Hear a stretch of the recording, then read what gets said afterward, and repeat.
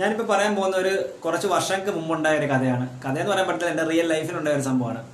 അപ്പം എൻ്റെ ഒരു ഫ്രണ്ട് എന്ന് പറഞ്ഞാൽ എനിക്ക് കുറച്ച് ഫ്രണ്ട് സർക്കിളുള്ള അല്ലെങ്കിൽ ഒരു ഫ്രണ്ട് എന്ന് വേണമെങ്കിൽ പറയാം. ആ ഫ്രണ്ട്, ഏറ്റവും പ്രിയപ്പെട്ട ഒരു ഫ്രണ്ട്, അടൂർ പാർസാരഥി അമ്പലത്തിൻ്റെ അടുത്തേക്ക് വിളിച്ചിട്ട് എൻ്റെ അടുത്ത് പറഞ്ഞു, എളുപ്പം ബാള എനിക്ക് കാര്യം പറയണം.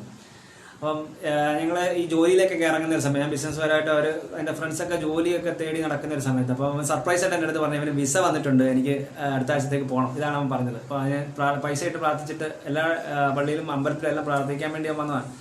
അപ്പോൾ അങ്ങനെ പൈസ ഇട്ട് പ്രാർത്ഥിച്ചിട്ട് ഗൾഫിലേക്ക് ആദ്യമായിട്ട് പോകല്ലേ, അപ്പം അവിടുത്തെ ജോലിയുടെ സർക്കംസ്റ്റൻസോ അല്ലെന്നുണ്ടെങ്കിൽ അവിടുത്തെ യാത്രയെ പറ്റിയോ ഒന്നും അവന് വലിയ ഞാനൊന്നുമില്ല. അപ്പം ആദ്യമായിട്ട് പോകല്ലേ, അപ്പോൾ എല്ലായിടത്തും വലിയ പൈസയൊക്കെ ഇട്ടിട്ട് പ്രാർത്ഥിക്കാൻ വേണ്ടി വന്നതാണ്.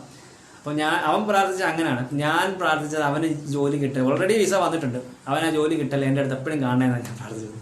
കാരണം എപ്പോഴും എനിക്ക് ഏറ്റവും പ്രിയപ്പെട്ട ആൾക്കാർ എൻ്റെ അടുത്ത് തന്നെ എപ്പോഴും വേണം, എൻ്റെ കയ്യകത്ത് അല്ലെങ്കിൽ എൻ്റെ കാഴ്ചയ്ക്കപ്പുറത്ത് പോരുതെന്ന് എനിക്ക് എപ്പോഴും ഒരു വാശിയുള്ള ആൾ തന്നെയാണ് ഞാൻ. അപ്പം ശരിക്കും എല്ലാവരും അങ്ങനെയൊക്കെ തന്നെയാണ്, പലരും അത് പ്രകടിപ്പിക്കുന്നില്ല, ഞാനത് ഒരുപാട് പ്രകടിപ്പിക്കുന്നതുകൊണ്ട്. അപ്പം പക്ഷേ എൻ്റെ ഇതൊന്നും കേട്ടില്ല കേട്ടോ, എൻ്റെ പ്രാർത്ഥന ഒന്നും ദൈവം കേട്ടില്ല. ദൈവം കേട്ടത് അവൻ്റെ പ്രാർത്ഥനയാണ്. നമ്മളെപ്പോഴും നമ്മളോട് യാത്രാമൊഴി പറഞ്ഞിട്ടും യാത്രാമൊഴി പറയാതെ പോകുന്നവരൊക്കെ നമുക്ക് ഏറ്റവും പ്രിയപ്പെട്ടവരാവുന്ന സമയത്ത് നമുക്ക് ഏറ്റവും കൂടുതൽ തരുന്ന നമുക്ക് വിഷമം തന്നെയാണ് ചെയ്യും.